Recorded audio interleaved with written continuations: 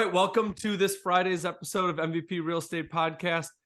We have a very, very local real estate investor with us, with Corina. She is actually in the same town of Oconomowoc as I am, but she is about 10 minutes north, which is about as big as our town is. So welcome to the show digitally, even though we probably could be sitting in the same room. Season 3, episode 9. Season 3, episode 9. I forgot to timestamp us here. I'm sorry. Worst host ever. But welcome to the show, and thanks for giving us the time here on this gray Friday. It's great to be back here again. Thank you so much for having me again. I feel like it's been already maybe 2 years since I was here, but I think it's funny that you and I are so close together, but we still do this digitally every time. Like one of these times we should really do it in person. I know. And this is honestly proof of all the people that get into real estate investing and people tell them like, oh, it's saturated, there's nothing left. We have worked real estate in the same town doing almost the same thing because you do buy and hold real estate. And we have never crossed paths on a single deal. So for proof to anybody, we live in a town of 15,000 people that have never crossed paths. There's enough deals out there for everybody.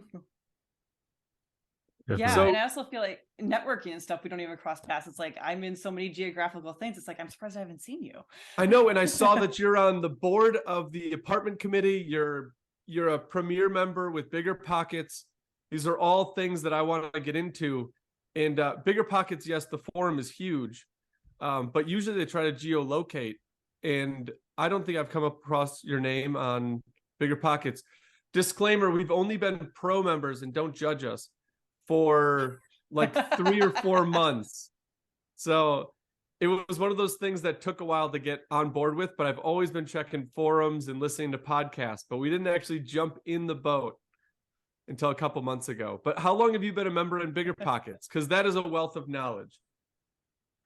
Yeah, gosh, I have been on there, I'm going to say probably since like 2017, 2016, probably.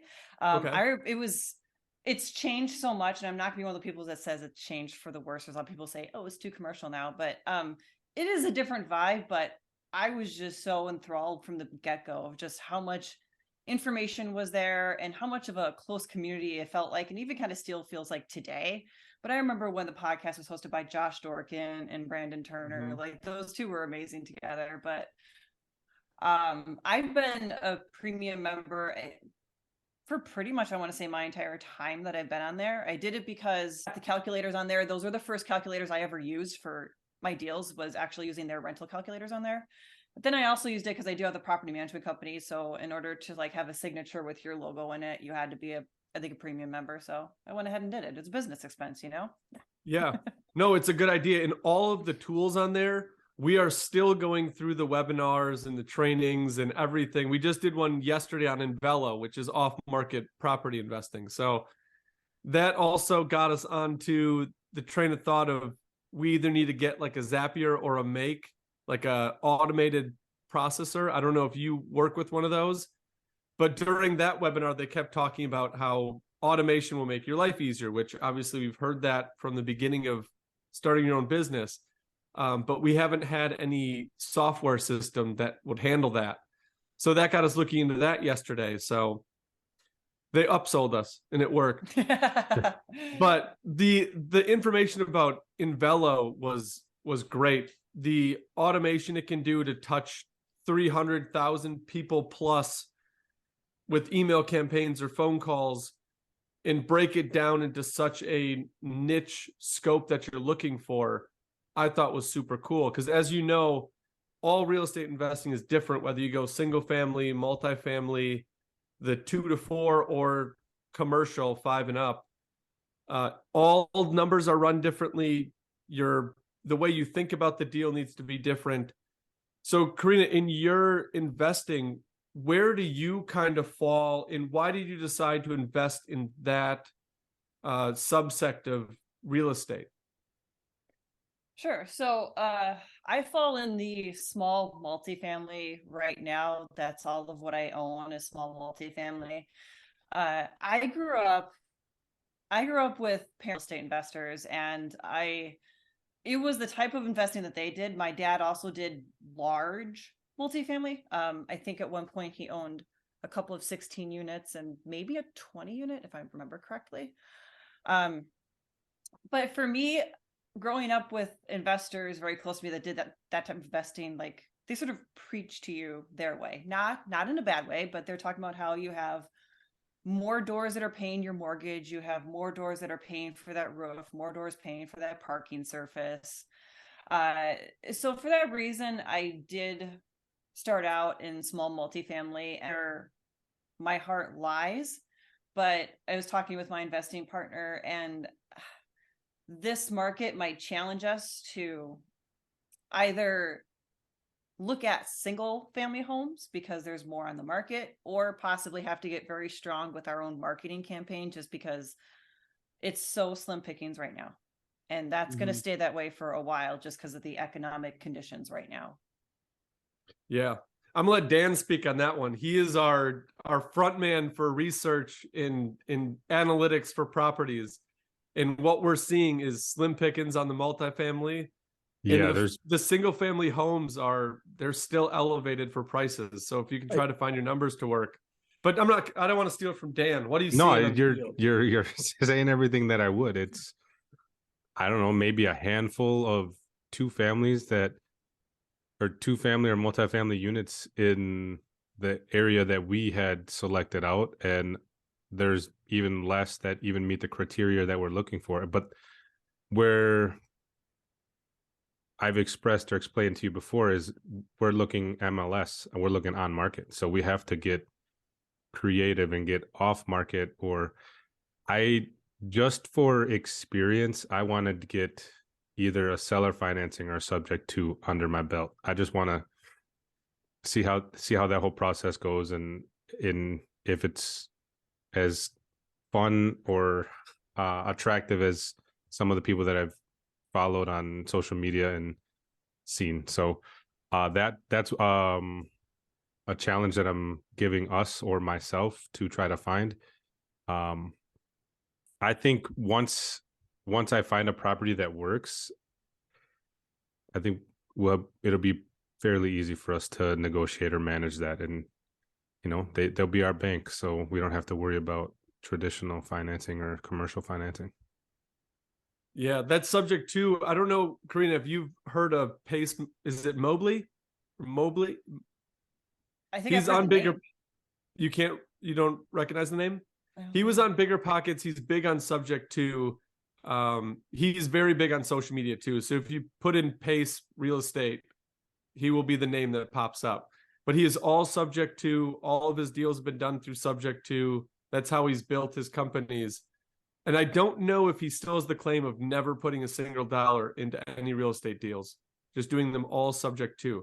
So it's an impressive feat. What my thing is if you're doing a subject to, don't you have to make it worthwhile or attractive for the current homeowner? Like, don't you give them a down payment or something? Or does he get hard money from somebody else to put into the subject to? Yeah, he'd give him a down payment, sometimes more than what it traditionally would, where it'd be 20%. Right. So their benefit is cash in hand. But Pace has done so many videos on that exact topic of what is their benefit. Yeah. And I've unpacked a box I got from my dad because he had done rent to own real estate back in the day. And he had some flashcards, and there was a stack of flashcards on land contracts or subject to. Mm-hmm. And I'm going through and there were a couple flashcards on that exact topic too. For him getting as big as he is, or obviously he's having a bunch of success, I wonder if he's come across any subject to houses that he's purchased that the bank calls the mortgage due, and what does he do then? And I don't know if it's him, but they do have mortgage insurance. Like if the current bank of the mortgage finds out that they've done a quit claim deed on the property, they can call the mortgage due within 30 or 90 days, and he's got to pay that in full to the current mortgage holder.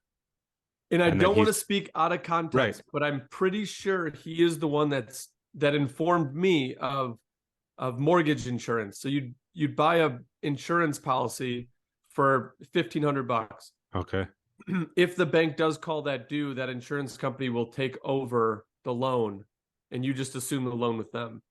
Oh, So it's kind okay. of your safety net. Corrina, have you heard of anything like that? Because I knew. You know what? Sorry, you go. I was gonna say, I've actually built technically all my portfolio on subject twos. My experience has been, even when the bank has found out, which there was one of them they found out, and I don't remember exactly how they found out. I'm trying to remember now. That was so long ago. But basically they looked at it as, okay, you've been paying, that hasn't changed. Property's still being maintained. So I think ultimately they kind of said, well, we're okay with it, especially because the loan, like at that point, only had like, I want to say 3 years left on it. Okay. Oh, okay. So, because we bought stuff that had majority of it already paid, and there was just under less than like, I think 10 years left on the highest one. So for them to call the mortgage due, they're pretty much just taking all their profit out if they were to cancel it. Because your mortgage was paid and now it's your interest and Yeah. Right. I guess your profit. So that's super cool that you've gotten a subject too. How do you go about finding those deals? We're not there yet, so we're not trying to steal your thunder. I know we're in Oconomowoc. But as you were doing those subject to properties, did you find those on the market? Did you look off market and do like an email campaign? No, actually, I got to be really honest here. So first off, I invest actually over in Janesville. That's where all my properties are right now. Oh, nice. Okay. So that was a market that we were interested in because at that time it was going through a downfall, which means inevitably it'll go through an upswing. And if we can buy on the downfall, we'll be better up on the upswing. But that particular portfolio, it all came from basically word of mouth, connections that our parents had. They were trying to, colleagues of theirs were trying to offload properties. They were not MLS worthy. And that was sort of the issue, was that unfortunately they had property managers that were very derelict in how they were taken care of. And so they had gotten a few listing prices from a couple agents. They were like, this isn't even worth it. They were totally like just dissatisfied. And so long story short, basically what happened was they ended up getting together with my parents for some reason. And at that time, my brother and I were looking to get into it. And so my dad approached us and said, hey, if you want these, you could probably do something called a subject to or a seller financing deal. And my brother and I were like, okay, well, what's that? Explain it. Like, we didn't know anything. Yeah. Like, I hadn't even heard that yet, because this is before Bigger Pockets or anything. So my dad ended up coming with us to kind of meet with them, and he kind of like sat in the background and just sort of like did the whole, I'm watching this to see if you go really, really wrong with this. Other than this, I'm just gonna like sit in the background. And so we ended up making arrangements where we bought basically 4 properties across the 2 deals. And we agreed upon, the terms of like the interest rate, and we agreed upon the terms of any sort of down payment, which luckily for us, they weren't really requiring any sort of down payment, which was good, because we knew from the get-go we were going to have to be really aggressive with how we address the property issues, because we're talking about property issues that likely could have ended up in the hands of the city as violations. So it wasn't just like, oh, this hasn't been fixed for a while. No, this is like, I'm surprised you don't have the city's attention yet. Really? Yeah.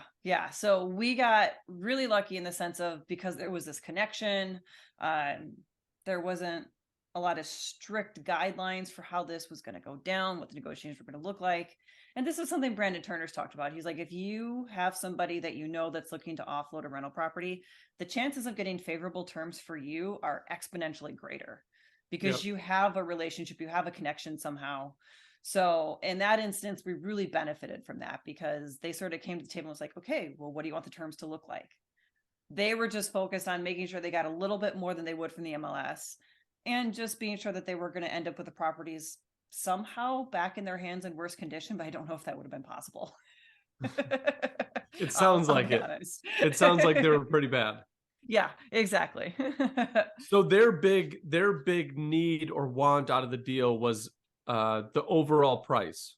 Yes. So you ended up paying a higher price, but no money out of your pocket. Yes, exactly. Okay. Yeah. And we actually had very, very low interest on that. It was less than 2% interest. Wow. Yeah. And right now, like, things are creeping up to 8. So that is amazing. Yeah. Even when the market was great and people were buying, it was at 3. Yeah. So you've got amazing deals. the capital that you didn't put down for your down payment through a traditional mortgage, is that what you use to renovate? Yeah, that's what we used to start. I don't like to say renovate because I like to make that apply to the interior. First, we started with the exterior, the stuff that was obviously going to get the city's attention very easily driving by. So Yep. that money went into fixing porch railings that were broken or not to code, or light fixtures that were hanging with wires exposed, those sorts of things from the exterior. Because then they start to pay less attention to you, because municipalities only get Yep. into your unit if somebody makes a complaint. Yep. So Yep. And if it looks good from the street, we're going through right now, we're going to get a conditional use to put a duplex in a zoning where it's traditionally just single family homes. Okay. And their qualification is you need to make the street view, make it look like a single family home. But on the interior, if it's a duplex, it's a duplex. Oh, that's interesting. Yeah, it was Wow. kind of cool.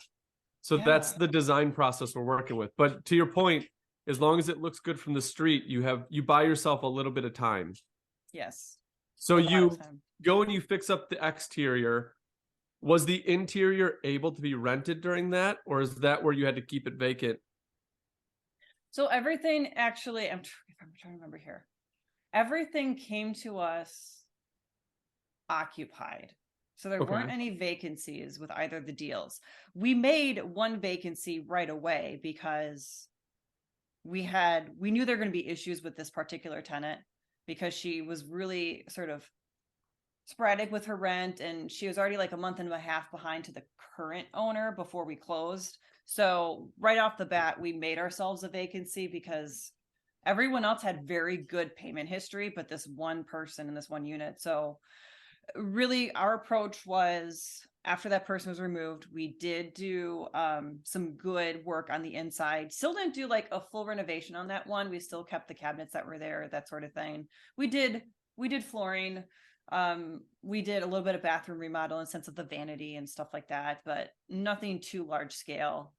And then we really just focused on cultivating good relationship with the existing tenants, knowing that if we were nice to them and we at least addressed some of their stuff timely, that we could kind of tide it over until we got to be able to do larger things in their units or a lot more of their concerns. Yeah. Obviously, you can't do the whole rehab when tenants are in there. So creating a vacancy to get in and do the rehab you need to on a unit sometimes is necessary. It's obviously not a fun process. And I'm sure that tenant was not happy to hear the news. But in order for you to get your building up and running, it's kind of a necessity, which stinks. So then you've renovated the exterior, you renovated what you needed to for that vacant unit. When you got it fully occupied again, did you go to get traditional lending, or are you still on that same agreement with the sellers? Or how did the financials work on that one? So we actually kind of kicked ass in the sense of, Nice. Our distinct plan was, we just wanted to get free and clear of our obligations to the sellers, but we didn't want to necessarily have to go through traditional financing, because the history of the properties is a little complicated, which I'm not going to get into on here just for the sake of the seller and the previous owner confidentiality. So it wouldn't necessarily been the greatest option to go over and do a sort of like traditional on those properties, just because of the history before us. So we actually, after we got like the exterior stuff done, like, okay, city's not going to pay too much attention to us. Then what we ended up doing was just paying extra towards them and getting them off, so that now every one of the owners is completely out of the picture, and the other one, we only have, well, the way we divide up is a little crazy, but we have one property left with them that has a payment on it. Okay. And that one's going to be done, I want to say 2024, like June of 2024. Nice. So coming up pretty quickly then. Yeah. Yep. Pretty quickly. Yep. And that was purchased in 2016. You said 2013. 2013. Okay. So that bought you 3 more years, but that's still an impressive schedule to get on to pay off the house or the houses. Yeah, we got really lucky in the sense of, for the most part, we had very steady tenants. So that made it easier, even though the rents were drastically under market. Like, no joke, when we took them on, most of the market rates were like 150 below market rate per month. Really? Yeah, but we still were, I guess, lucky in the sense of tenant expectations were a little low based on what they've been through. So we were able to kind of scroll away cash, but then also pay down the notes much, much sooner. Okay. Yeah. And that is important because that I'm sure helped you into your next deal. Yeah, so I mean, honestly, you know, those two kind of came close together. They're like within a 3-year period of each other, running those two deals together. And for a couple of reasons, we haven't done anything since then, which is really kind of sad. It really is 100% sad because I got distracted being also a property manager and 30 other things that I'm doing. Yeah. So it's one of those things where we got so focused on maintaining that portfolio and building it up that we lost track of this idea of building. And our dad actually just called us out on this, like, I want to say about a year and a half ago. Yeah. Dad never forgets. No, he never does. He's like, you guys haven't bought anything in a while. He's like, plus you've got this equity sitting there. I'm like, I know, we're kind of working on that. I promise we are. And is he talking about buying stuff for that property or buying another property? Some of buying more properties because Okay. even when he does the math, he's like, you guys have enough equity built out to go and buy like 4 or 5 more duplexes. Just go and do it. Yeah. Is there some hesitancy with the market right now? Because I know on our side, there is a little bit of that tension of like, what is to come? What's going to happen? So where do you sit on that fence of, all right, we're looking to invest a bunch of more money with the uncertainty of what's going to happen? You know, latter part of 2020, 2021, and most of 2022, we were really gung-ho. Like I was really trying, but there was like everybody and their mother and their grandmother trying to buy at that time. So it was incredibly difficult. So like there was a little bit of this, like, I'm just exhausted. I'm going to sit in the back for a while. And then now I'm kind of realizing that, okay, things are starting to show up where there's going to be less competition. Although there is less availability, there's less competition. But I'm also realizing that with the general degree of where the country's going, the direction of how it's going, with certain conversations about rental regulations and stuff like that, that a lot of the people who have cold feet, inexperience, they're kind of like really truly starting to back off, like whoa, what's all this conversation about? Which means that really the people that are left eventually pretty soon are going to be those of us that are like, if you bleed us, we bleed real estate.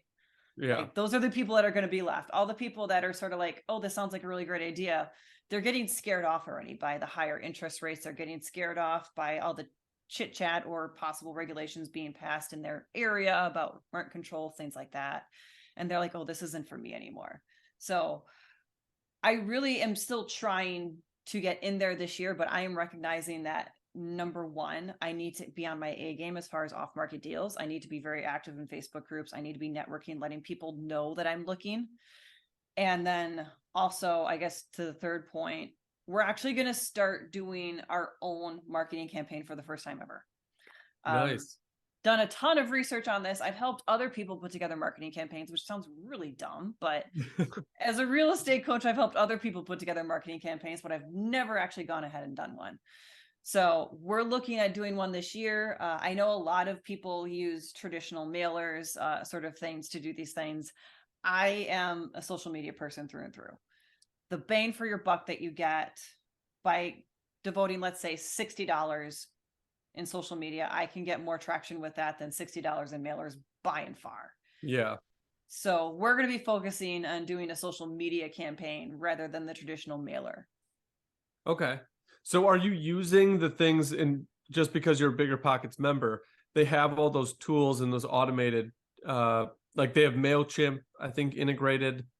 What is their email campaign? I forgot what the brand or the company is, but are you using something like that in order for this email campaign to run, or are you manually running this? No, she said social media, so like Facebook or Instagram. Instagram. Okay, Right. okay, I gotcha. Yeah. Okay. So Yeah. No, so we're just going to be using, specifically, we're doing Facebook, and then we're looking at Google AdWords, just trying to see how much it's going to pay off, though. It seems like the biggest bulk of our budget is going to be in Facebook, because we are going to be including a little bit of the single family homes, like inherited, your grandparents died, unfortunately, or somebody died, you don't know what to do with it. Yeah. We're going to be focusing on that sort of stream, and Facebook really seems to pay off for that. Yeah.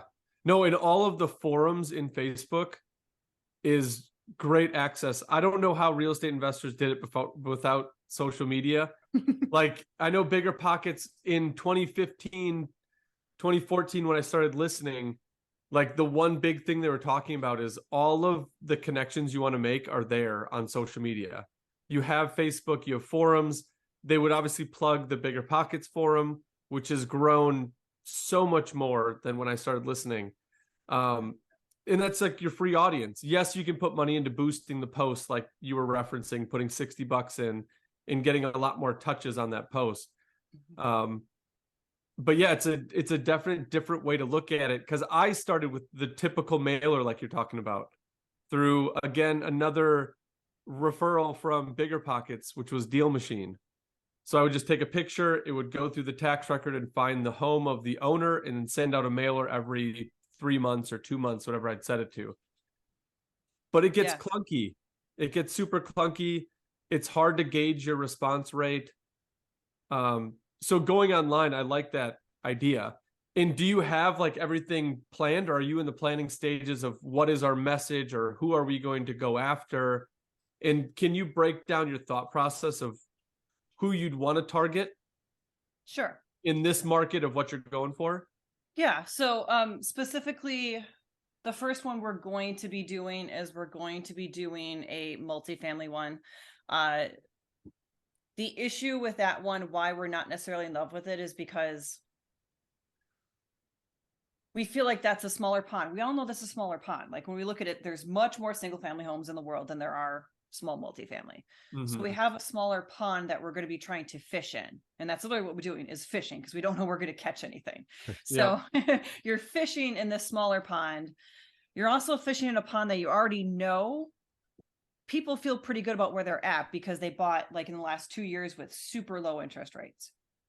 So our messaging for that one has to be specifically for the people that somehow managed to over leverage themselves in that time frame. That's what that message needs to be, because if you're not targeting those people that are starting to feel like they're underwater, a general campaign for multifamilies isn't going to go anywhere right now, because we had such stellar interest rates. Like if you wanted to buy, you really did 2 years ago. If you were, the gladiator that ended up on top of the mountain, you're able to actually find something by selling your firstborn child, then great, you have your property. You're not going to offload it like anytime soon because of that phenomenal interest rate. Yeah.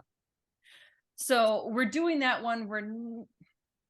I'm not extremely optimistic about its success. But of course I say that, and I shouldn't be saying that, because really we should be believing in anything that we do, because there's this whole idea of, you come back and get what you put out in the world or what you think. So but we're more excited really about sort of the single family home one, just because of the idea that there's more out there. Not necessarily a desert as much as we're going to see with the multifamily one. Also just the idea that it opens up horizons for us. So you purchase a single family home, you can make it an Airbnb, you can make it a nurse's oasis, as I tend to call those ones for traveling nurses. You have a lot of flexibility in what you do with a single family home versus a duplex. Generally, I still feel a little weird about mingling short term and other people together in the same building. So I like the idea that there's flexibility, and it's sort of like a blank slate situation with a single family home. Yeah. So 2 questions. With, you said primarily being in the Janesville area, what is the draw there? And I'm not speaking ignorantly. I know it's a little not too far from Whitewater, maybe half an hour. Is that right? Yeah. Yeah, that's about with right. With it being there, like what is the draw for STRs there? So first thing, I should make this clear, like we aren't just targeting Janesville. Okay. For our marketing campaigns, we really have decided we're rather indiscriminate as far as our markets. Like there are some we're not going to touch. We're not going to touch Madison, Dane County because of its insane regulations. We're not going to touch Milwaukee County for the same exact reason. So when we're doing a marketing right there with you. Yes, like both of those counties have a very large history of just being very much in your face and a lot of red tape, a lot of regulations. So those are two we automatically just said no. But other than that, we're not really being, we're really being sort of open with our market. So we're okay with doing Jefferson or, Janesville or even Kenosha and Racine because I have connections there. I have people there. That's me. That's where I'm at. Okay. I'm like just north of the Racine Kenosha border. So I'm like 2 minutes from KR. So Oh yeah. Okay. So like Caledonia kind of, yeah. yeah.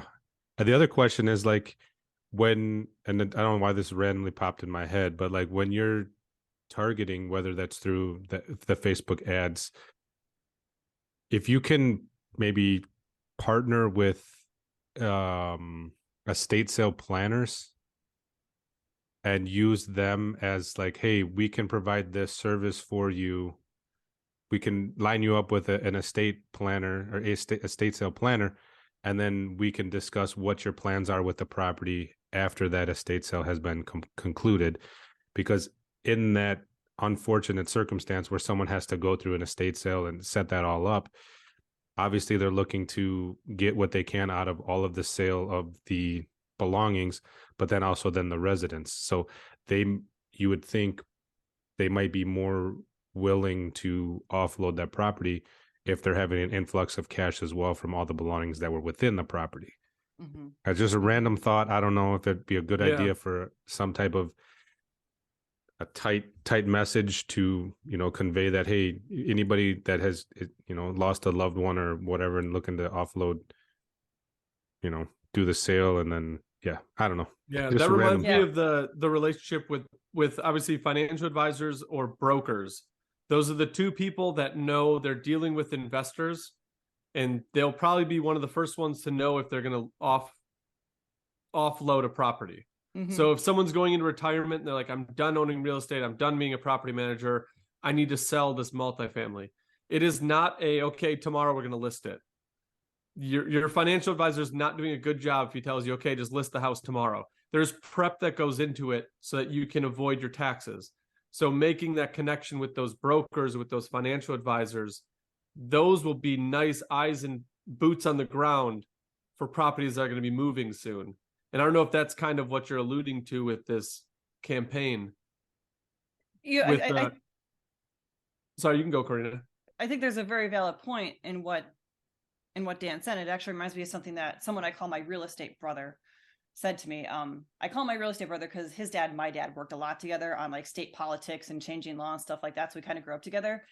But we were at a conference a couple of years ago together, and we were having drinks, and he said, one thing people don't understand about niches is like, no matter what your niche is, whether it be, homes have to be sold because somebody died or somebody's in divorce, or maybe they're just wanting to relocate or whatever it is. He's like, every niche that people have, there are people that you could be networking in that service that particular niche that could be helping you find deals or could be putting you in the front lines of people that deal with them before they would come to you.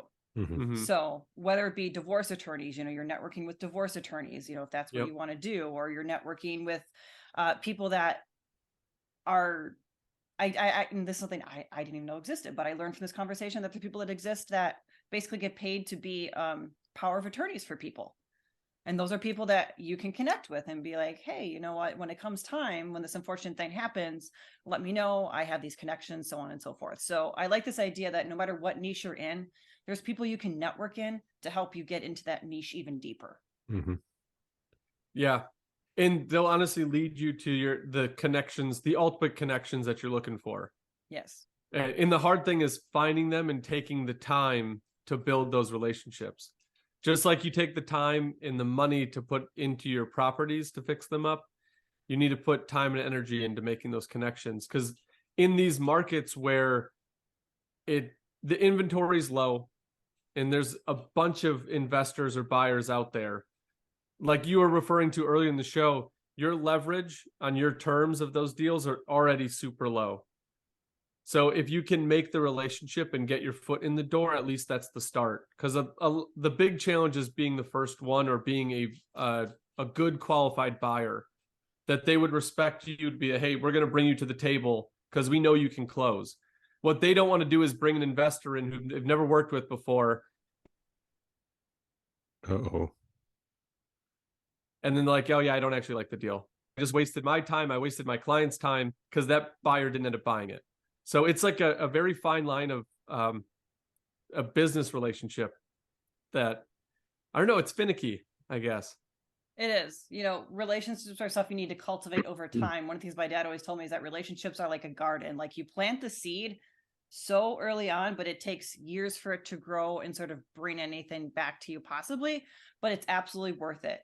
Because those seeds that you plant, as long as you maintain that garden, you remind them that you exist, and maybe every once in a while you help them get what they need, it's going to come back to you. Yeah. At some point. It will.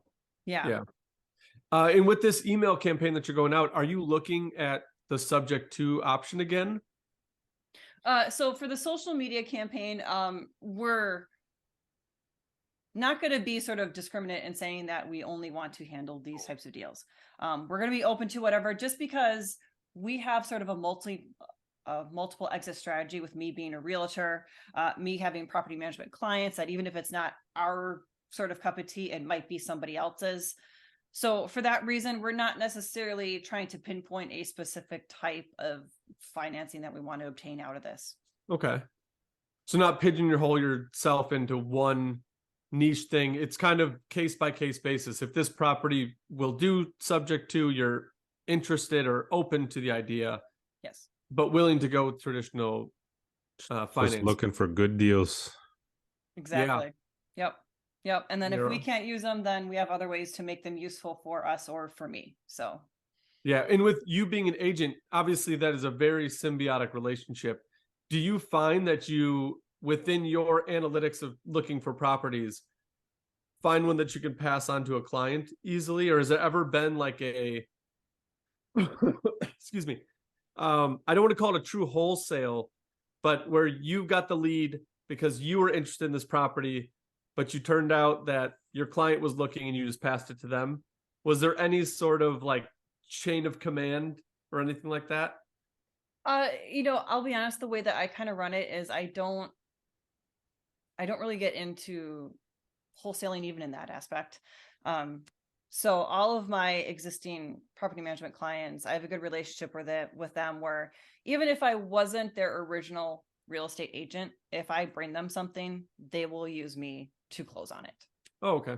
So, and for me, I like that because that's a lot less complicated. Me being a licensed agent, I'm not too keen on that gray area of where wholesaling kind of puts me. Yeah. I like my license. I like to keep it. So I don't want to tear it up. So I'd rather not quite get into this whole aspect of wholesaling personally for me. Yeah. And I'm the same way. I love wholesaling, but being a licensed agent, it scares me. Yeah. Because you're held to like that different standard that if you don't do one thing right, the hammer is a lot worse on you and I than Dan. Dan is not a licensed agent. Thanks. So you can play in that gray area, Dan. Yeah. Well, there's actually a lot of people that I know where they invest together, and if they ever do wholesaling, the agent is never a part of it. It's the other partner that does that. Like there's this veil between them. Yeah. And that's a really good strategy. It is. Yeah. And I look on that the same side as the building, being a general contractor. Like there are some corners you can cut and there are some corners that I can absolutely not cut because it goes by the better rule. Yes. Like you're licensed and you know better, so don't do it. So Exactly. in those moments, I don't do it. Yeah. It's not worth it. There's so many things not worth it for a license. And then even as just in real estate investors, even if you aren't licensed in anything, you have to understand people expect us to know more. And that includes the judges, the cities and everything. They expect you to know more because you're doing this for a life, for a profession. They expect you to act professionally, which means you know your rules, you know your regulations. So you don't have the excuse of, oh, I didn't know, or, oh, I didn't think you'd catch me on it. Ignorance isn't a defense. Yes, exactly. Yep. Especially in this industry. Right. Yeah. The ask for forgiveness does not work in that scenario. No. Which is like the banking scenario where you went through with the sale and then the bank would find out. In those cases, usually you can ask for forgiveness. Yes. And in that scenario where you were in directly, they said, okay, we'll still honor it. Not so much. You don't get the warm and fuzzies from the city usually. No, and not from the judges, because I've actually, before I started using somebody else to do a couple evictions that I have done, I remember I went in the morning one time. This is probably like 2016, 2015. I went in the morning, I sat, waited my turn and everything. And the case right before me, the landlord got absolutely reamed by the judge. Like, I felt uncomfortable sitting in my chair, because basically what happened was that the judge had asked for a copy of the lease, and they presented the lease, and he's going through the lease. He's seen all these things that are illegal. It's like, this is illegal, this is illegal, this is illegal. And the landlord says, well, sorry, Your Honor, I structured my own lease and I didn't know. And I'm like, oh, you didn't just say that. No. The famous final words. Right. It was, because then it was just, he's like, bailiff, go and get this exact book. And it was the Wisconsin way, which at that time was up to date. And it gave you all the rules and regulations. And he tells the bailiff to slam it on the table in front of the plaintiff to make sure that they know this book existed. He's like, you have to go home and read this. And I'm like, I have to follow you and you just upset the judge. Thank you so much. Oh, man. Thanks a lot, jerk. Right. Yeah, exactly. Yep. Luckily it turned out okay for me, because I know my ABCs and everything else. So, wow. But and if you've ever sat in those meetings, obviously, I don't know what municipality that was in, maybe Janesville, but the ones I've gone to, you're not in a room of like 300 people where you get lost in the crowd. Like, you're there with the 10 people that are on the docket for that meeting. So it's a very intimate thing. So when somebody gets reamed out and you're going right behind them, there's an anxiety that builds in you where you're like, oh man, now all the board is upset. Like the city council is now all upset. I went to one, man, and I have to be very, because it's in Oconomowoc. There was one where they were building a commercial building, and the owner was at the city council meeting going over his plans. And this was supposed to be the final one where they got approval and they could start breaking ground. And he used the word tower, and the city council lost it. There was no going past that. He said tower, and the municipality hates towers. It was a 2-story building, but he said tower. And it was done. It was gone at that point. He had to sign up for the next meeting, which was like a month later. Yeah. Because of one word. I luckily was like 4 after him, so they had cooled down. But I did feel bad for that next person, because he had an uphill battle. He was trying to divide lots, and they didn't want anything new at that point. Yeah. So it is true, and it's a flip of a coin of where you go. I have one on Thursday, and we're 7th. We're the last one. Yeah. Sometimes you just have to address the tension or the awkwardness, either make a light joke about it or something. And I mean, you could have started the conversation right after that person with the Wisconsin way, but be like, I've read that front to back. I know everything in it. I mean, almost could be a smart aleck about it, but like, test me, whatever. And, lighten the mood or something. I mean, because everybody knows that awkwardness or that tension's there. I mean, even the judge has to know that he's creating not a hostile environment, but a more tense situation, and just address it head on and move past it. I mean, sometimes people are awkward or whatever, and push. Hopefully right they have through good man. humor. Right. You would hope so.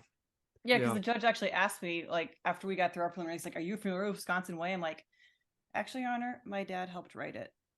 So, yeah, I'm pretty familiar with it. He's like, oh, all right. Yeah, if I have any questions, I'll call my dad. Did he offer you the gavel after that? He's like, here, you can take my job. I saw that same judge like about, I don't know, 2 years maybe, at like some networking event, and he remembered me. I didn't remember him, and he was like, I'm pretty sure you could probably teach me some things, because he learned who my dad was since then. And I'm like, oh yeah, there's my dad's reputation sort of like following me and preceding me. And then if the judge actually asked me a couple of things, I'm like, I don't feel comfortable with this. Like, back then, it really bothered me when judges were coming to me asking for opinion, because I felt like I'm still brand new to this. Like, I know this stuff, but I'm little old me who's been around for like 3 years. Why are you asking me this stuff? But I guess it kind of comes with the territory when you have a father like I do. People just know the name, and then they make the connection. It's like, oh, okay, yep, here we are. Yep, you're locked into it. I am. You have Yes. the Yep. forever, you know better, licensed or not. Right. Exactly. That's exactly, especially in Janesville, because that's where he did all of his investing. So his name still is prevalent there. And it's like, yep, people make the connection and then it's just done. Yeah. I mean, it's a double-edged sword, because I would love to have your dad as a resource. If I had questions, I could call him up, who's had decades and decades of knowledge. So that is for sure a benefit. And I'm sure you're feeling both the benefit and the negative, I guess. Oh yeah, because From just like I said, like he just reminded us, like, why haven't we bought anything yet? So there is a lot of the positive, then every once in a while there's that negative. Yeah. But most recently I called him because I needed his advice for property manager. I just felt like I needed to remove this client, like in the past year or so. I called him. I'm like, this client feels like a drain on me. And like, I want to make sure I'm making the right decision here by, removing them. Cause he also was a property manager. And it was good to have that sounding board, somebody who's been there, not in that exact position, but then he also knows me really well. And so he says, you have too much potential to be tied up by this particular person. Yeah. You need to get rid of them. Yeah. And that's not a conversation that I will say 80% of America will have to evict a tenant. Like, no one's been in that situation. So your dad being close to that is a very, very like invaluable asset to have. Because if you go and ask your neighbor, like, hey, when you had to evict a tenant, they'd be like, what? I don't have a rental property. So you don't get a lot of feedback from your friends and maybe your family. In your case, the family one doesn't count. But the person that you can call that say, hey, give me advice through the situation, because that is a very awkward situation. And going through it the first time, can you walk through like your mental processing as you go through, like, okay, I have to evict this tenant. There's the legal side and then there's the human side of both of this. I mean, my first property I had to evict, it was a foreclosure where I had to go in after the foreclosure sale and technically evict the old homeowners. And it's not a joyous time. Like, no one has fun. I didn't have fun. They weren't having fun. It's just a downer moment. Yeah. So when you bought your property, you said, okay, this tenant is obviously not going to be a positive on our sheets here. How do we legally go about this? And how do we humanely go about this, where we're not like berating them and belittling them just because of the situation? Sure. I guess before I get into this, I will kind of make this disclosure that in a very loving way, my husband refers to me, if anyone's a Bob's Burgers fan, he refers to me as Mr. Fish Odor. He is the landlord on Bob's Burgers, and that is my husband referencing the fact that sometimes I go too black and white with things. And so my husband can sort of be my tempering person, and I have gone to him once or twice, been like, is this really mean? Because like one time I wanted to issue a tenant a 5-day, like on December 21st. He's like, ooh, why? Ooh. I'm like, because I'm Mrs. Fish Odor. I don't know. Like, it's just yeah. Well, so, even that, like, if you don't time out your notices the same way, there's claims of whatever they'd want to do, favoritism. So you don't give it to this person because of that. Why'd you give it to me at this time? And if you don't do it the same way, they've got a claim against you. So part of that is legally, you kind of have to. But obviously, in your situation, share the situation a little bit more. Well, I mean, and for that thing, he actually made a valid point, because one thing he said was, you give it now, like based on court holidays, and then also weekends. He's like, you could file January 2nd. If you do this, like January 2nd, you issue it the next business day, you'll be in court like on the 7th. He's like, why do this? Like, yeah, like, all right, yeah, fair point. Like, I'm just ruining your December, but not being able to file actually in December because of holidays and everything. So anyway, getting back to the question, I've been in the industry so long. I have very strict sort of regulations now for my own self as far as how I do things. If I, most of the time I'm entertaining evictions because of money. So I have somebody that owes me rent. I'm very sort of checkpoint with this. So are they a month behind and they haven't had any communication with me? Okay, I'm issuing a 5-day notice. Have they had some communication with me? Are we able to establish a payment plan? Will they agree to a payment plan? They'll get it paid down in no more than 8 weeks. Okay, then we'll go ahead and set this payment plan. But everyone knows that everyone gets just one. And if you mess up once, I issue the 5-day and you have to pay it in full. You know, I can't make it personal. So I can't look at it and go, oh, well, she has 2 kids. You know, do I really want to issue a 5-day right now? Or they're elderly. Do I really want to issue a 5-day right now? That might be the one where I really do hesitate. I gotta admit, I don't know why, but I have a soft spot, I guess, there. But I have to remind myself, judges expect you to treat everybody the same, because otherwise you get into discrimination accusations. So to a certain extent, you do have to treat everyone the same. Otherwise, you could find yourself on the side of HUD or fair housing. Yep. So I issue the 5-day, you know, depending on what kind of dialogue comes back, what kind of payment comes back. But then honestly, I'm usually filing that 5-day with my attorney. I'd say like the 7th day after it expires. And then once that happens, because I have an attorney now who does everything, they really sort of do take control of it all. They'll ask me questions. Like my attorney asked me for my lease in advance. They get a updated tenant ledger in advance. And then he always asks me this blanket statement: is there anything else I should know?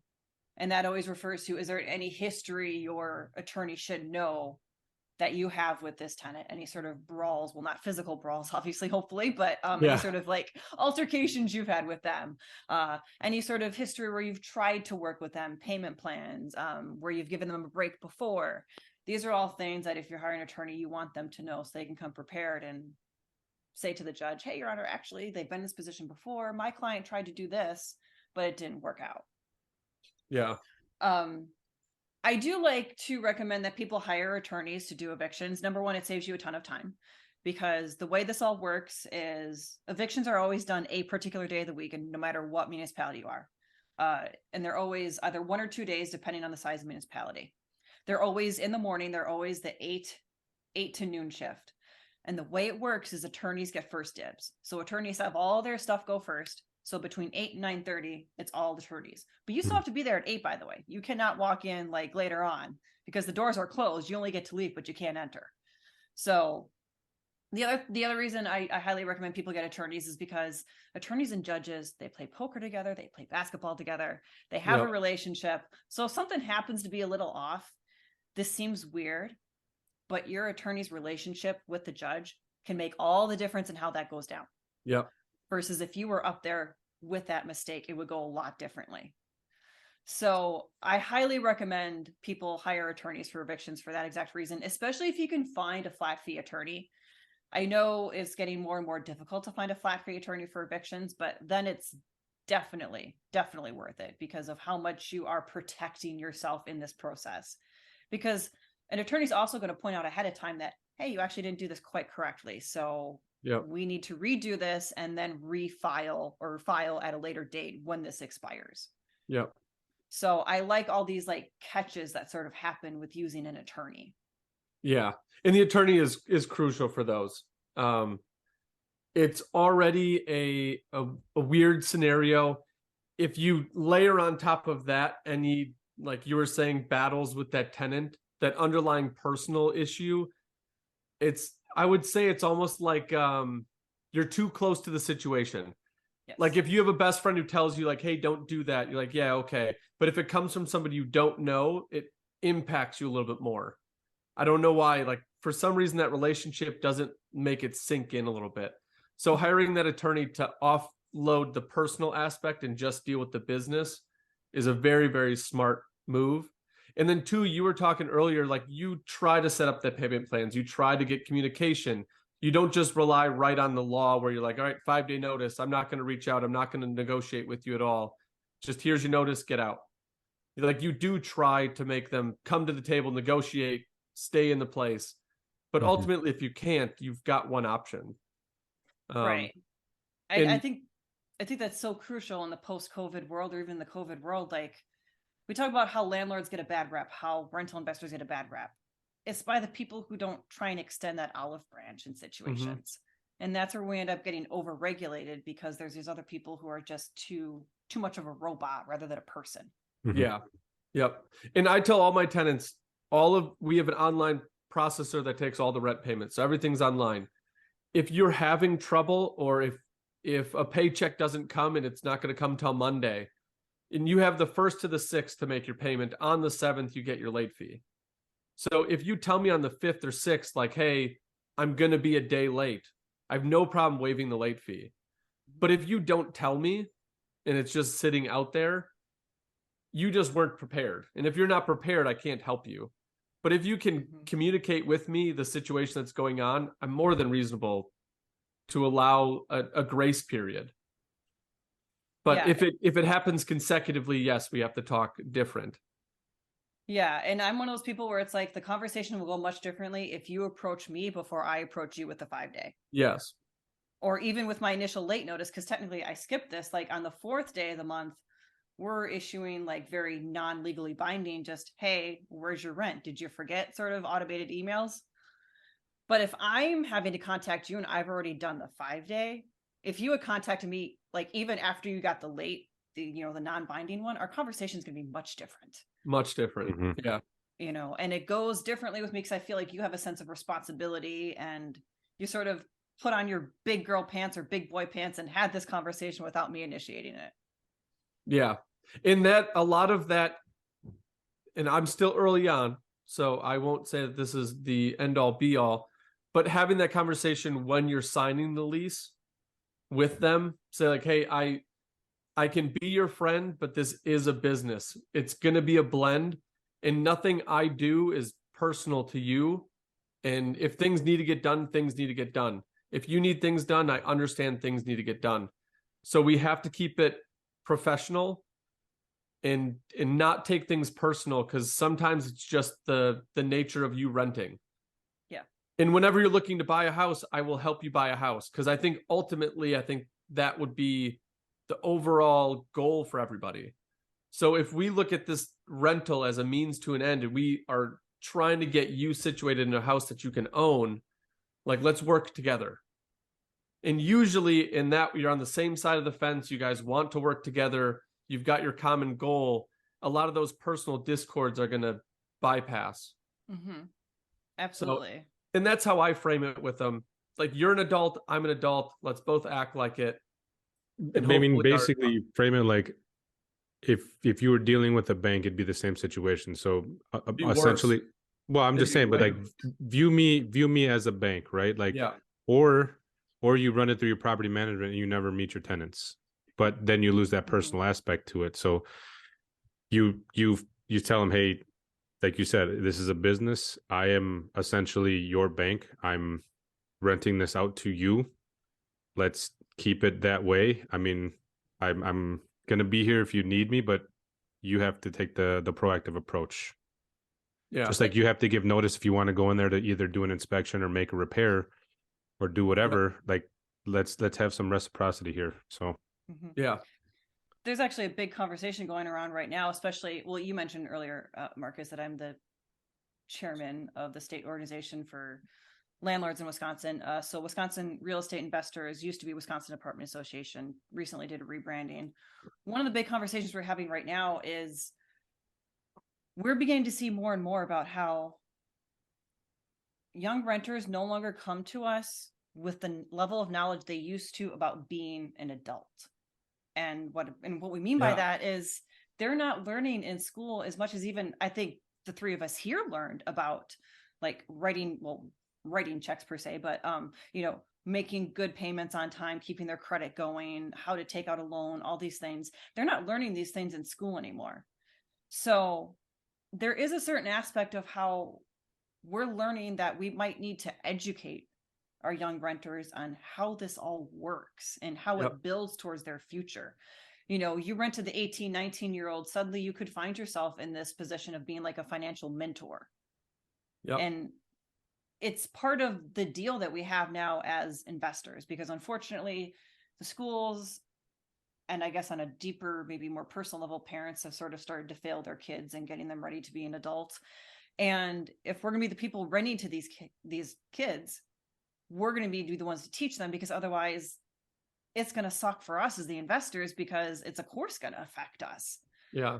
So we need to begin to realize that we need to teach some of our renters, and we can't just think, oh, well, you should know this and I'm not going to teach you. Well, you need to kind of adapt for the times and realize that you need to fill that gap, or else what are you going to do? Yeah. Experience is a good teacher though. One of my many former jobs, I used to go into schools and run a workshop for financial literacy, financial education. I would have to get approval from the school, and then I would have to proactively cold drop in on teachers and talk to them and say, hey, I do financial literacy. I want to take a half hour, 45 minutes, talk to your class, blah, blah, blah. Is this something you'd be interested in doing? And I did it for a while, and I enjoyed doing it because you would be surprised you wouldn't be surprised at their lack of knowledge on simple, like, how far their dollar can go, like what they can do with their money if they plan ahead. If it's not just impulse, you have a better chance of, making sure that they create good habits from the jump. And we're talking 14 to 18-year-olds here, right? So mostly high school. So you go in there, talk to them, and then it turns out like after I'm already doing this, then there starts to be red tape with the local financial institutions around here saying, oh, well, we already have a relationship with this bank or this credit union, so we're just going to use them if we have any type of need for financial literacy. And it's like, well, you wouldn't have looked at that avenue had I not been here to discuss this with you, wanting to talk to your kids about it. So I definitely agree. I've seen it firsthand as far as their surprise at how interest works, or compounding interest. Like when you talk to them about planning for retirement, they're like, that's 50 years away. Why do I have to worry about it? Right. So it's like, you got to set the table now. And if you're not preparing for that, you're going to be in a tough spot later on. So yeah. And me and Dan both, I didn't work with that company, but we had worked previously, and I was also in high schools and nonprofits around Wisconsin. And out of all of the academics that I talked to, there was one teacher that he was an economics teacher for junior and seniors, and he saw what you were alluding to, and he had set up a system in his class, and it was just for this one economics class. And at the beginning of the semester, everybody got their I'll call it a role. Like, you're either a mom, or you're a married couple, both W-2 employment, have 2 kids. You are a single parent, have 3 kids. You are salaried, you are hourly. And he would sporadically change it for everybody. And at the beginning of class, attendance was you showing up to work. So if you were hourly, you didn't get paid that day. If you were salary, you still got your salary. And he literally went by the end of the semester to see where people went and how the choices they made, to make it as real as possible. Like, are you renting, or have you purchased your home? Are you able to take equity out of your home to buy? And like, all of the scenarios. And I thought that was fascinating. But only one teacher across southeastern Wisconsin is even dabbling in this. And I wish that could get taught to more economics teachers around the state, because that little philosophy, I mean, it probably took him months to plan out, but now he just keeps redoing it every year for his students. I thought it was fascinating, like a super good learning moment for all those young kids that have never been in that situation where, like, okay, I'm not living at home, and now I have to start planning for rent and food and gas and my car payment. Like, it's now I'm building up a little bit, rather than, and I equate it back to this book I read, Soft America, Hard America. Before you're 18, soft, because a lot of the things are done for you. But then at 18, it flips, and now it's like, oh, find your way through. I mean, it all goes back to it goes back to the family life though too, right? So if there had been those conversations, or the preparation for it, but I'm sure you've seen it when you're in schools and you're talking to a team and you're saying, hey, coach said that you guys need new uniforms, and each uniform is $90 a person, and you could see their eyes get big and wide. They're like, $90, that's a lot. And then you go through and ask them, well, how much did you sign up to play this sport? And it's, anywhere from $55 to $85. And it, like, you tell them like that expense only barely covers your uniforms, and it doesn't help pay for your coach, and your team is only allotted a certain budget. So Yeah. they're underinformed, but Yeah. it's also, they, I don't want to say, I don't want to generalize it, but some of them just don't care. Like, they haven't had to care. Yeah. And it's a real world coming. And Yeah. I think it's half of don't care and then half of don't know. Don't Mhm. know what I don't know. Right. What I do, I just saw a commercial and I don't like commercials, but this one is, I think it's John Cena talking for Experian, how your rental income can now be reported on your credit report to build up your credit. And I was like, that's a great commercial. Like, that's just good knowledge for a mass amount of our population, which is renting, to know. Yeah. So like, those are things that I'm like, okay, someone out there is listening and I genuinely like this commercial. I don't know much about John Cena. I hope he's a stand-up guy. He But- is. Right. Yeah. He is. Yeah. Like, the message is just great. I love that. It wasn't a pharmaceutical commercial. So like, that was also a bonus. But that's like a real life skill that doesn't cost them money. Just like, hey, you're renting, go get it reported so you can go buy a house. Right. Yep. Do I I actually really like that they're doing that now. That's huge, I think. Yes. Does Yep. that, And I tell all of my tenants, like, all of your rental income is paid online. You have a receipt. It would be in your best interest to build your credit. Like, report that to Experian. Mhm. Yep. Do you think a lot of people know how recent the credit scores were established? Wasn't If it they in the don't, early they to have to mid listen 80s? to, I think season so. 2, mid-season, we had somebody come on who just talks about credit scores. But wasn't it? It just was recently established. Like, I don't know why 1988 sticking out in my head. Maybe it's 78 or 82 or 88. But the credit score reporting system was devised or created then. So it's, I mean, Relatively new. 40-ish years old, and our parents grew up. My parents. I mean, mine are born in the 60s, but being going to early 20-year-old, and then all of a sudden this gets, I don't know, dropped in their lap. And we bounced around a lot. We went from rental to rental to rental, and I think mid 90s is when they bought their first house together. So I mean, that's, they were in their early to mid 30s at that time. So I think people are getting a start sometimes sooner, maybe out of luck or their circumstances bring that to them. But for that to be as new as it is, and then I don't want to say the stressor of always making sure that your credit is perfect or working towards getting it perfect, right? But like you said, there's some gray area, there's some stuff that's going to happen. Life will hit hard, and it's tough. I don't know, like you, there's a lot to go on. You just with lean, it, you lean on the education. Hopefully you got that early. right. Yeah, and I'll fully admit, there was a time where my credit sucked. We actually, because I had cancer, we were uninsured, and it's like, well, at that point, it's done. Just stick a fork in it. So we actually rebuilt everything from bankruptcy, and I say that because I want to make sure people know that you can build back up. Like, even if you make horrible mistakes, whether it be like credit card debt or medical or whatever, don't ever give up, because you can rebuild it as long as you focus on it and you truly make it a goal to rebuild it. Yeah, it can be done. And kudos for you for battling back with that. That's fantastic. I know, like, I always tell, and I'm open with it, when I started in real estate, I think within my first year, I was sitting at a credit score of like mid 4s with like 30,000 of credit card debt. I was not in a great situation. That was a lot of my motivation of why I do what I do. But I mean, there was a separation in there. There was job change. There was a kid. So like, there was just a bunch of things happening in that moment where I was putting all my eggs in this basket. And I mean, there were some decisions you had to make where maybe the lights don't go on because you're all of your money and all of your effort is into this.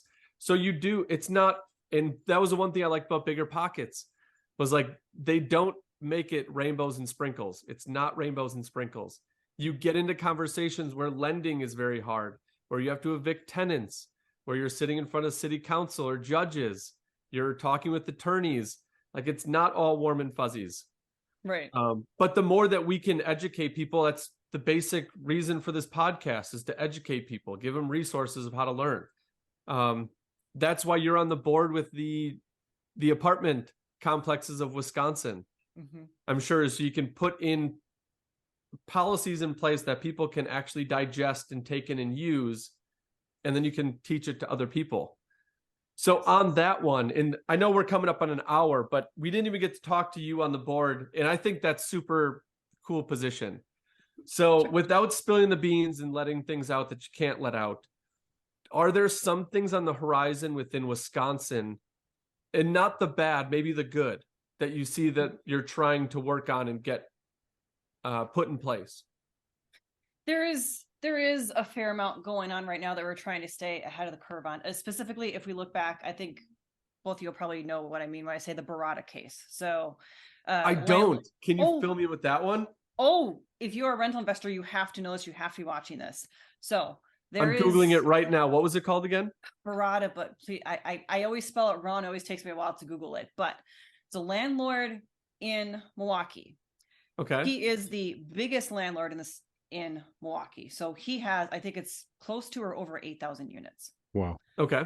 Now, a little backstory here. He gained the attention of the AG. Lawyer speak, Attorney General. He gained the attention of the Attorney General. The reason he did that was because, if you don't know, when a tenant complains, they go to something called the Department of Agricultural Trade and Consumer Protection in Wisconsin. And they are one of the big departments that administer what we do. So anyway, tenants complain to the DATCP, for short speak. The DATCP, at some point, when they start seeing a name come back, they're going to refer to the AG and go, hey, I think you need to look into this guy. So this guy owns 8,000 properties across Milwaukee. He had more than 500 complaints filed against him from late 2020 through, I think, the end of 2021. Wow. And the huge thing about this is that there is going to be pushback from this, because there are two ways that law is made in Wisconsin. First, you have legislators that pass it. So you have state senators, and then you have state representatives that pass law that's signed by the governor. The other way law happens is departments make what's called administrative rules. 134 in state statutes is administrative rules put forth by the DATCP. So what can come out of this is both the DATCP and the Attorney General can make administrative rules based on everything they found with Barada. Now, I'm not saying Barada is a bad person. I'm not here to say that. What I will say about what I view from what he did, he was very robotic in how he ran his properties. And because he owned the property management company, he can't say, oh, it's my property management company that made all these choices. No, dude, you ran the property management company. And here's what we're already seeing coming out of that. He gave 12-hour notice for repairs. Now, okay, that's totally fine. But the repairs were, I'm going to replace all of the windows in your unit. I'm giving you 12-hour notice for that. I'm going to redo your bathroom. 12-hour notice for that. You can't do that kind of stuff. Yeah. And he also gave 12-hour notice for replacing the mailboxes, but yet the mailboxes were down for 3 or 4 days and tenants couldn't get their mail. So we already see some things that are going to come out of this. Late fees. He had what we would call astronomical late fees. Now, nothing out there. If they can't get their paychecks in their mailbox, how are they going to pay their rent? Well, that's a whole different conversation too. Yes, exactly. See? Right. But his late fees were what any judge would consider exorbitant. Not that we have any rules in Wisconsin about how much you can charge. You just can't charge $250 if the rent is $650. Mm-hmm.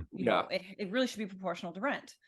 So if I'm being honest here, we're trying to get ahead of the curve with some of this stuff so that we can legislate it where it still addresses what they want to handle with what happened with Barada, but yet doesn't make it where it constrains us too much. Yeah. So we're talking about creating a bill that has late fees maxed at 10% of the rent. That seems perfectly reasonable. Your rent is $650, okay, $65. Your rent is $1,600, okay, $160. So there's certain ways we're trying to get ahead of the curve so that when the hatchet comes down, it doesn't come down as hard on us as it would be if we weren't trying to get ahead of the curve. So we Yeah. are trying to actively legislate some things ahead of time on that so that the Attorney General, the DATCP can see, all right, well, we've addressed it with you guys here in this, so I think we're good. Because if we're Yeah. not a part of this conversation, it's going to end up coming down hard against us. And that's why particularly one thing we do in this organization is lobbying is so important. It's when you get big cases like this, because every single part of being a rental investor will be affected by the time this case is fully adjudicated. From security deposits to notices to late fees to lease clauses, like you name it. Maybe the only thing that won't be affected is water heater temperature. Not entirely sure, but if you don't know, that is regulated in Wisconsin. But anyway, everything will be affected by it because of just the size of complaints and the diversity of the complaints that came out of this. Wow. Yeah, I have some reading ahead of me today. I wish we had more time because I've got millions of questions on this case. But I'm going to read it first. Then we're going to have you on. And I think we'll just have a segment of you like within that board. Because that would be, talk about education. Like that little segment right there was education for me. So I'm sure other investors or people that are getting into investment take a look at that case and read that too. Because, I mean, you can't get any more real education than that. No. And I know I've talked to people through the agent license and the general contracting license. Taking the test in the classroom and then real world experience are way different playing fields. So getting some learning experience with this one, I'm excited about. I'm going to read that today. Man, hopefully there's resolution. And I don't want to speak bad of the guy, but hopefully he gets educated on an appropriate late fee. Right. I don't think I've ever charged over $25. Oh, wow. That's really low. Maybe I'm doing it wrong. No, I look at it as I don't want to make this an income. I want this to be a motivation to pay your bill on. I don't want any late fees. I just want you to pay your bill. That's really what I want. And I don't want to keep digging you in a hole by late fee on top of late fee on top of late fee, because then I'm not getting my rent because I'm trying to get late fees. Mm-hmm. So my philosophy on it is a little bit different, but man, well, hopefully I'm intrigued to see what happens with this case. I really am. I am too, but this is gonna be a long process. This is not something where I would be surprised if it's fully adjudicated before the end of the year. Oh, really? Yeah. So is it going into 24 for sure? I think so, yes, because there's a lot to unpack here for the Attorney General. Yeah. Man. Is he in I guess this is a quick question, and if you don't want to answer it because it's going to get you in a bind, is he in jeopardy of losing properties over this? Is this something that can happen? Oh, it can happen. Absolutely. Okay. 100%, especially at this level. Yes. Man. Well, I'm going to leave a cliffhanger to my next question, because I want to see how it plays out, and I don't want to put you in the spot, but I'm going to read this case. I think we're going to have you back if you would like, and if you could speak on your board duties more, because that was fascinating. Yeah, absolutely. And I'm sure we'll run into each other now, and we'll grab some lunch here downtown Oconomowoc. I think we can both spare the 5-minute drive. Right. Exactly. Yes, exactly. Well, I appreciate your time. What is the best way for people to get a hold of you? Honestly, I feel you're trying to easily find me on the internet. You got a couple options. Over on Instagram, I have Landlord Chick. That's where I post about my podcast, Landlord Chick. I'd like to say that comes out weekly, but I'm a one-man show, so I don't know about that. Then I'm also over in Bigger Pockets. Find me, Corina Eufinger. All our bets are off. Let's say you don't do those things, and go on to waaonline.org. You can find me on there because I'm the chairman of the Wisconsin Apartment Association. That's great. And if you're an investor listening to the show, find her on Bigger Pockets. That is going to be your best way, I'm guessing, to get a hold of you. The possibilities of Bigger Pockets is endless. Exactly. Super cool what they've set up. Yeah. But thank you so much for your time. I appreciate it. Thank you for teaching me something. It's only 10:30. Well, you're welcome. It's a great conversation to start out with today. I love it. Yeah. So enjoy the rest of the day. We will talk to you soon. And good luck with all the legwork on that case. Thank you. It's going to be a long road. Thanks for the time. Yeah, we'll talk to you soon. Thanks, Corina. Bye. Bye.